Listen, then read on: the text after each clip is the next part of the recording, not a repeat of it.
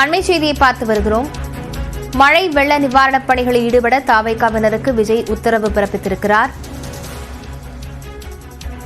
மழை வெள்ளத்தால் பாதிக்கப்பட்ட மக்களுக்கு அவரது அலுவலகத்தில் நிவாரண உதவிகளை வழங்கியிருந்த நிலையில் நிவாரணப் பணிகளில் ஈடுபட தவைகாவினருக்கு விஜய் உத்தரவு பிறப்பித்திருக்கிறார்.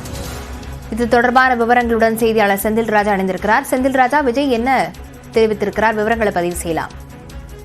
லாவண்யா, விஜய் தற்போது ஒரு நீண்ட அறிக்கை ஒன்றை வெளியிட்டிருக்கிறார். குறிப்பாக பார்த்தீர்கள் என்றால் இந்த புயல் வெள்ளத்தால் பாதிக்கப்பட்ட மக்கள் குறித்து அவர் கூறியிருக்கிறார்.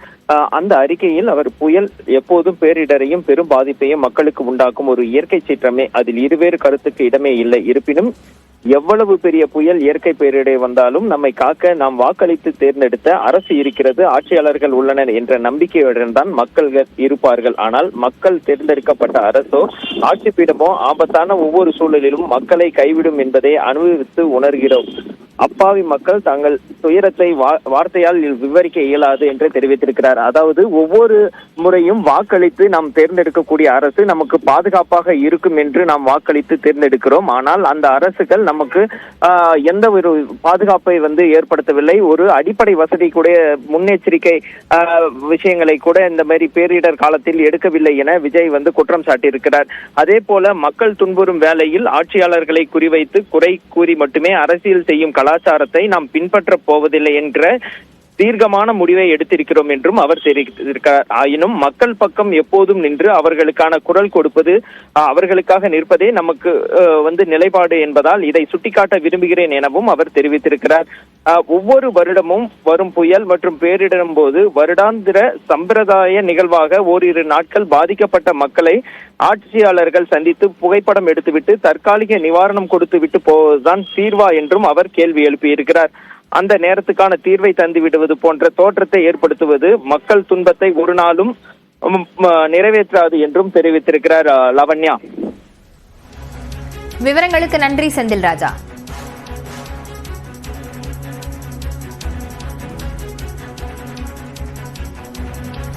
நிவாரணப் பணிகளில் ஈடுபடுமாறு தமிழக வெற்றிக் கழகத்தினருக்கு விஜய் உத்தரவு பிறப்பித்திருக்கிறார். அனைத்து மாவட்டங்களிலும் வெள்ளம் வடியும் வரை நிவாரணப் பணிகளில் ஈடுபட அவர்களுக்கு உத்தரவு பிறப்பித்திருக்கிறார். இரவு பகலாக உணவு உள்ளிட்டவற்றை வழங்கி வரும் அர்ப்பணிப்பை கண்டு நிகழ்ந்ததாகவும் அதில் அவர் குறிப்பிட்டிருக்கிறார். செந்தில் ராஜா, முன்னதாக விஜய் அவருடைய பனையூர் அலுவலகத்தில் மக்களுக்கு நிவாரண உதவிகள் வழங்கியிருந்த நிலையில இதுபோன்று மற்ற பகுதிகளிலும் நிவாரண உதவிகள் வழங்கப்படும் சொல்லப்படுகிறதா? லாவண்யா, தற்போது முதல் கட்டமாக சென்னையில் பாதிக்கப்பட்ட மக்களை நேரில் சந்தித்து அவர் இந்த நிவாரணப் பொருட்களை வழங்கி இருக்கிறார்.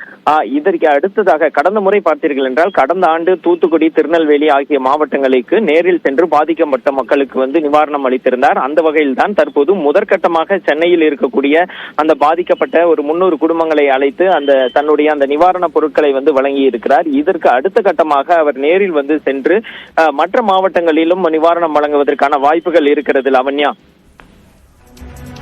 விவரங்களுக்கு நன்றி செந்தில் ராஜா.